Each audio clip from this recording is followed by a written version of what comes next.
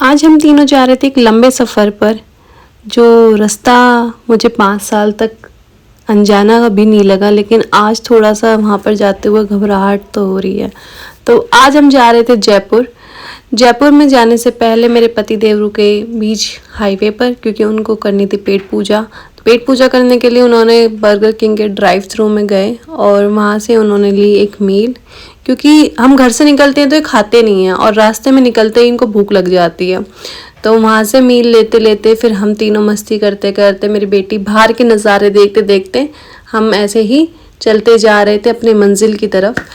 तो इसको बस ऐसा था कि जैसे तैसे मैं खिड़की के बाहर झाँक लूँ, लेकिन इसके पापा है वो नेट नहीं हटाने देते और ये बिल्कुल सीरियस बैठे थे। तो मैंने बोला थोड़ा मुस्कुराइए, हम जा रहे हैं घूमने।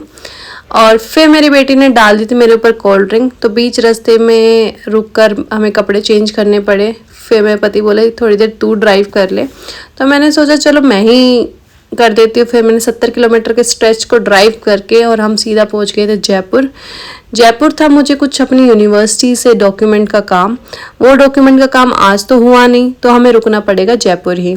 तो जयपुर रुकने के लिए हमने एक होटल लिया जिसका 6th फ्लोर पर हमने एक रूम दिया, जहाँ का दिन का व्यू ऐसा था और रात को देख लो तो ऐसा लग रहा था पता नहीं किस फॉरेन कंट्री का व्यू हो।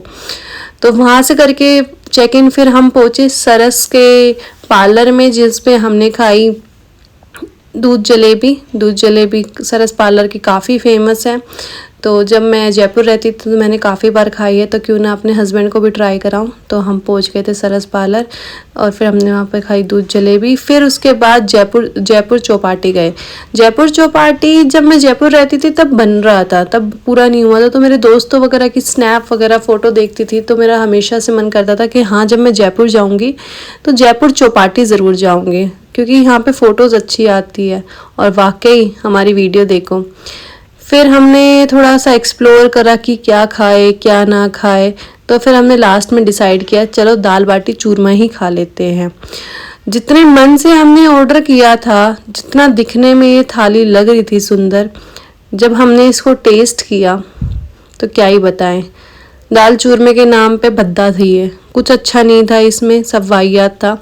फिर हम आके होटल में सो गए। फिर हमने सुबह अपने जो रूफ टॉप पर पूल था उसको एंजॉय करा। मेरे हस्बैंड चले गए थे पूल में, तो मैं मेरी बेटी बैठे हुए थे, क्योंकि हम नहीं गए क्योंकि अभी डबी काफ़ी छोटी थी और ऊपर से पानी में क्लोरीन बहुत ज़्यादा था और पानी ठंडा भी था। तो अभी हम इसको गर्म पानी से ही नहला रहे हैं। तो बस हमने अपने थोड़े थोड़े पैर डिप करके एंजॉय करने की कोशिश की और इसको काफ़ी मज़े आ रहे थे। ये कह रही थी मम्मा बार बार मेरे को जाना है, मेरे को जाना है।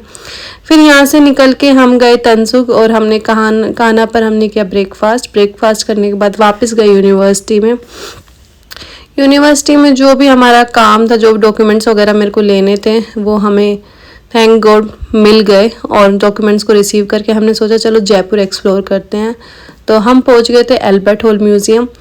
एल्बर्ट हॉल को मैंने बाहर से काफ़ी बार देखा हुआ था, निकलते बढ़ते उसके आसपास भी घूमने आते थे, फ़ोटो भी क्लिक कराते थे कभी, लेकिन अंदर से एक्सप्लोर नहीं किया।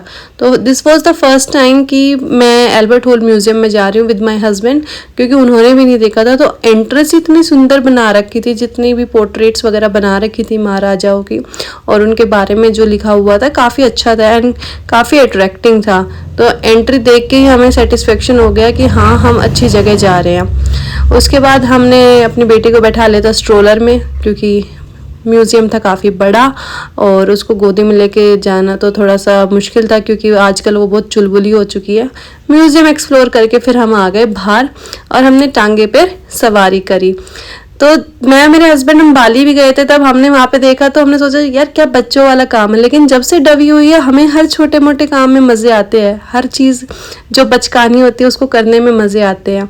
हालांकि उसको समझ नहीं आया वो कहाँ बैठी, फिर भी हमने इसका मज़े लिए। यहाँ से फ्री होके फिर हम निकल गए थे खाटू श्याम जी के लिए। फिर हमने खाटू श्याम जी रुक के अगले दिन हमने सुबह दर्शन करने थे और मेरी बेटी रास्ते में ही सो गई थी और मुझे ये था कि यार पता नहीं ये मंदिर तक जाते जाते उठेगी या नहीं उठेगी, पर ये उठ गई थी। फिर अपने पापा के कंधे पे बैठ के इसने मस्त दर्शन किए थे। तो ये पहुंच गए थे खाटू श्याम जी और ये वहाँ का था तोरण द्वार।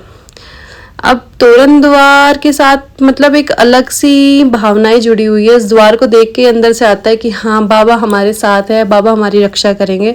तो श्री श्याम के दरबार हम आ चुके थे, बाबा के अच्छे से दर्शन हुए, भीड़ भी काफ़ी कम थी और दर्शन करके हम निकल चुके थे अपने घर के लिए।